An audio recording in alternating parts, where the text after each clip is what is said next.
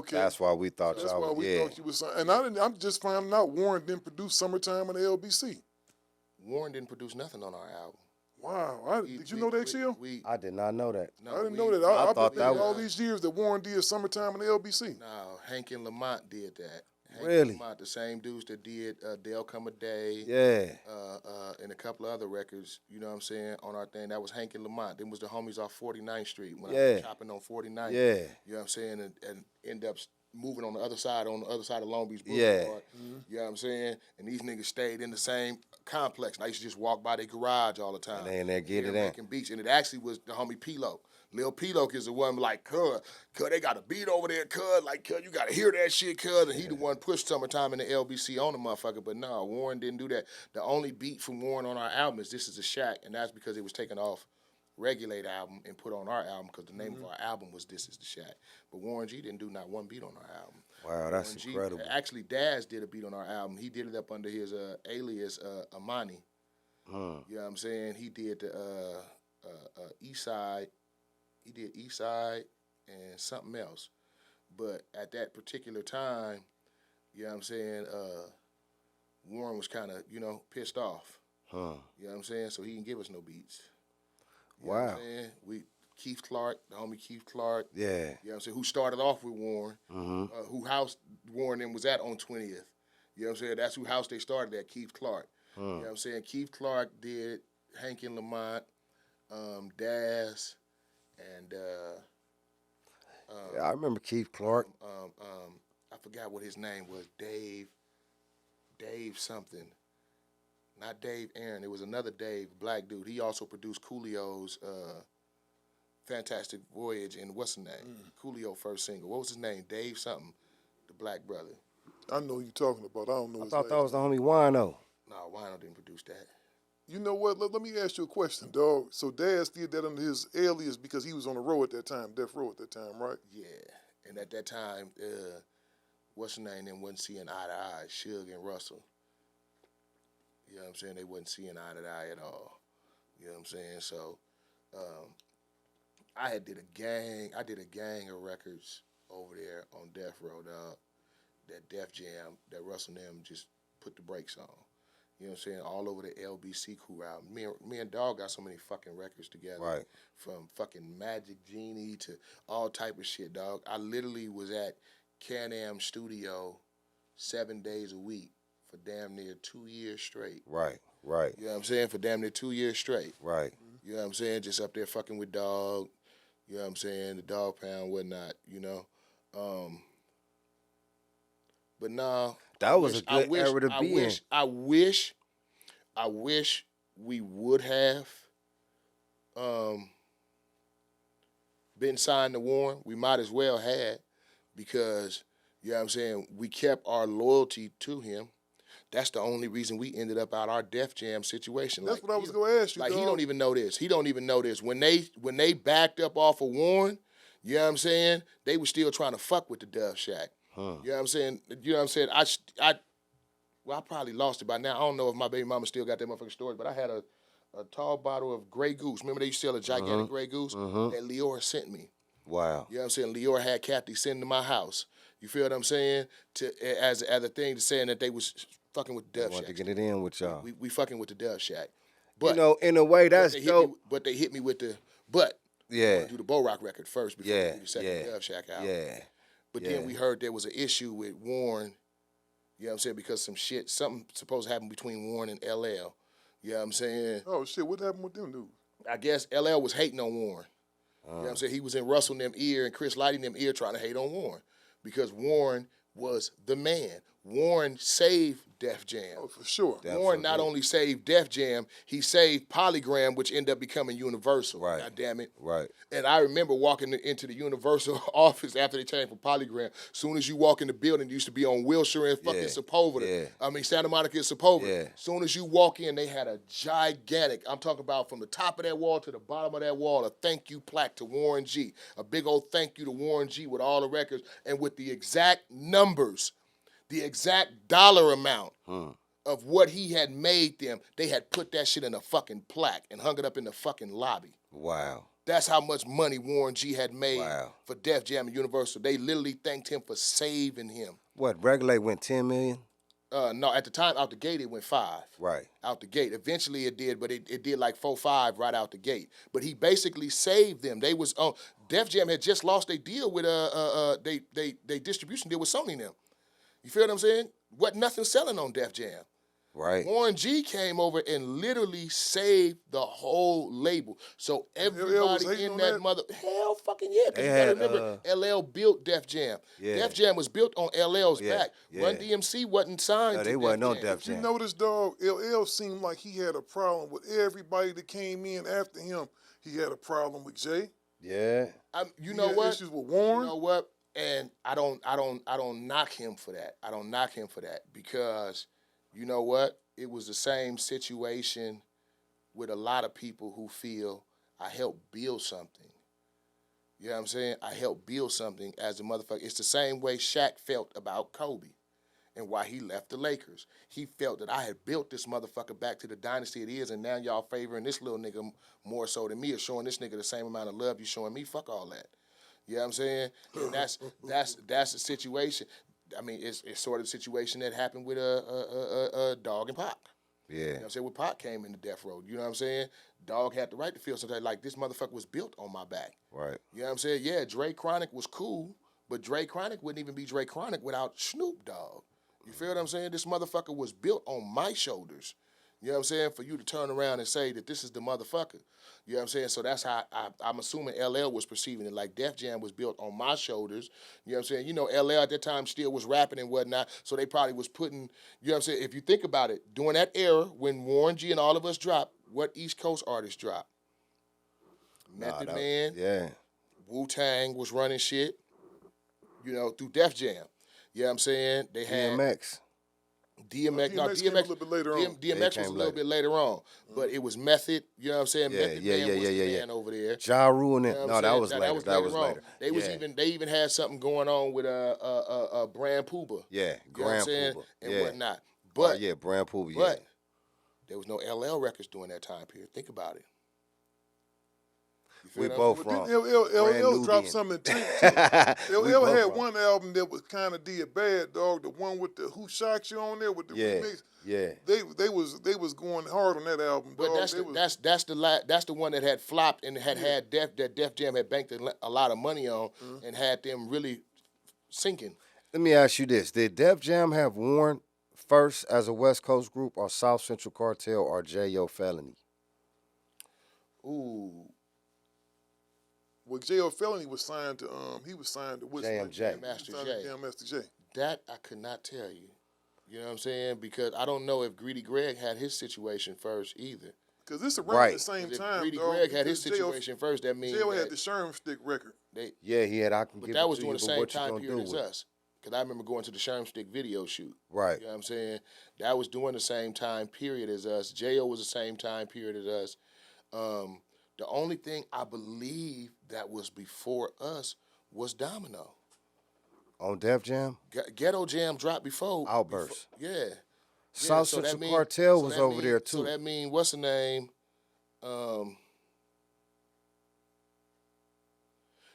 BG Knockout. They was through Outburst. Outburst. Yeah. And I believe Outburst had their situation before we got over there. Yeah, that's Domino had. I remember listening to Domino before we even dropped. You know what I'm saying? Domino was getting played on the original K-Day, from my understanding. AM K-Day with the Ghetto Jam. He might have been. Mm-hmm. Might have been. I don't know when J.O. situation officially got locked. I know it was after Domino. I was wondering if it was I'm gonna hit J.O. up right now. Huh? I'm gonna hit J.O. up right now. Yep. Or but I don't know. What's South Central Cartel? Because South Central Cartel was one of Leor's projects. He loved South Central Cartel. Yeah, shout out to Havoc Pride, to my boys, Young Pride and them. I remember Leor flew out here from New York and came pick me up in the 911 Porsche. You know what I'm saying? And I want you to ride with me. Where we going? We going to visit, you know what I'm saying? We going to visit South Central It's safe to say that y'all was like us, because if y'all didn't come up through Snoopy or Warren, or on your own 10 toes, period. Yeah. That's how me and 8 was. We didn't go through Def Jam. We went through Ruthless. We had our own situation. You know what I mean? We was RAL Def Jam, and shout out to KD Washington. KD Washington, he was a new attorney at that time, fresh out of Morehouse. You know what I'm saying? KD went on to be involved in Nelly and them situation, but he was originally from St. Louis. You know what I'm saying? We met him through our boy Phil, who was managing us at the time. But KD was slick enough and knew enough to have a type of clause in our contract to where if after our first release, within a year, Def Jam had to have a release in a set time for our second album, or we could opt out of our contract. We just couldn't have a sitting.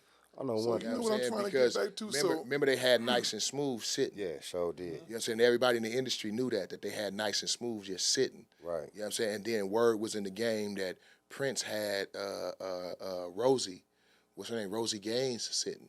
Everybody in the industry knew that. You know what I'm saying? The girl that sang on Diamonds and Pearls. Wow. Had her just sitting. That was a big thing back then. They go To jail have right motherfuckers sign and then just sit them. Shayo, what's cracking, dog? You know what I'm saying? Just sit them off to the side and sit them on the shelf. What's the deal? So he made sure that we had a thing in our clause to where. Hey, I wanted to ask you a quick question. Get out that motherfucker. You know what I'm Hold saying? on, real quick, Bo. Hold on, real quick. I'm gonna plug you in. Hold on 1 second, dog. I'm gonna put you on the thing. Young Bullet. Ugly Cuz. It's Chill and Bo Rock. Sausage lip, motherfucking sausage lip. Ain't that a bitch? Mush mouth motherfucker. Where my nigga Mush Bo face Rock at, motherfucker. yeah? Brown tequila. And my nigga Bo Rock, man. What's up, man? Brown What's up with it? tequila. Oh, no, I know you ain't got brown shitty corrupt with you. Hey, we was trying to figure out, who was signed on Def Jam first? South Central Cartel, or was Outburst them over there first, or was you? South Central Cartel and Outburst. Outburst had BG Knockout. Yeah, I know BG Domino. Knockout, Moke and Steph and them. Yeah, And BG Knockout. Greedy Greg. Yeah. I think they came after. I think Warren G was there first, and then I came after that, and then I think they came after. South Central Cartel was after. South Central Cartel wasn't on Def This is Jam. for the real. Huh?